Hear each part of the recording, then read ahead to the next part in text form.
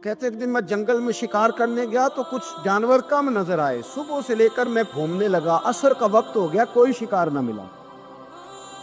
अब मेरे दिल के अंदर ये डर था कि अगर मगरिब मुझे यहीं हो गई तो मुझे कोई दरिंदा, कोई जानवर परेशान करेगा।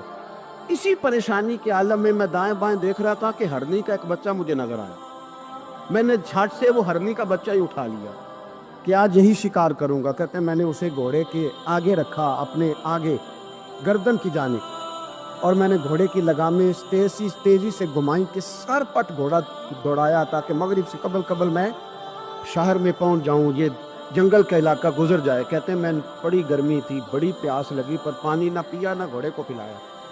सर पट दौड़ाया इस डर से कि कहीं ऐसा ना हो कि मैं जंगल में मुझे शाम हो जाए। कहते हैं जब मैं शहर से बाहर पहुंच गया तो मगरिब का वक्त भी शुरू हो गया।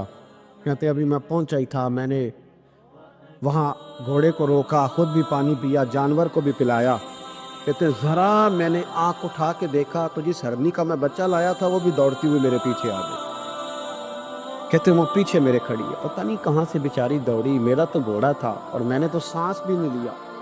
1.5 घंटा 2 घंटे मैं भगाता लाया इस जल्दी में कि बाहर आना है। कहते पलट के देखा तो उसकी सांस फूली हुई हरनी की और ललचाई नजरों से मुझे देख रही है। दिल के एक कोने से आवाज आई कि आज तो 2 शिकार हो गए। बच्चा तो पकड़ा ही, इसकी माँ को भी काबू करता हूँ ताकि डबल शिकार आएगा। कहते हैं फिर अंदर से मेरा दर्द बोला, अंदर से मेरा रहम बोला, एक माँ अपना बच्चा लेने आई और इस तरह तो उसे तकलीफ नहीं दी जा सकती कि उसे ब्लैकमेल करके माँ को भी रख लिया जाए।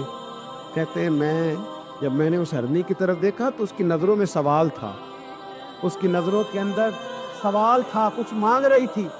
कहते मैंने उस बच्चे की पुश्त पर हाथ फेरा और फिर मैंने बच्चा छोड़ दिया। कहते उसने पहले बच्चे को बाजुओं में लिया, फिर अपनी ज़ुबान से अपना बच्चा चाटने लगी। कहते हैं फिर वो जब जंगल की तरफ जाने लगी तो एक दफ़ा उसने मेरी तरफ देखा, दूसरी दफ़ा उसने आसमान की तरफ देखा। ज़िंदगी में मुझे इतना सुकून कभी नहीं आया था जितना आज आया। कहते मैं घर गया, इशा की नमाज पढ़ी, बावुज़ू मैं बिस्तर पे लेट गया। लोगों मेरे नसीब देखो, मुझे मदीने वाले महबूब का दीदार नसीब हुआ। रसूल करीम अलैहिस्सलाम मेरी ख्वाब में आए, मैं रोने लगा। घर महक उठा, फूल खिलने लगे, खुशबुएं बिखरने लगी। कहते हैं महबूब करीम तशरीफ लाए और क्या खूबसूरत जुमला है, अगर तुझे बादशाह बना दिया जाए तो इंसानों के साथ भी इसी तरह रहम करेगा ना जिस तरह आज हरनी के साथ किया है। अगर तुझे बादशाह बनाया जाए तो रवैया यही रखेगा या बदल जाएगा। कहता मैं रो पड़ा।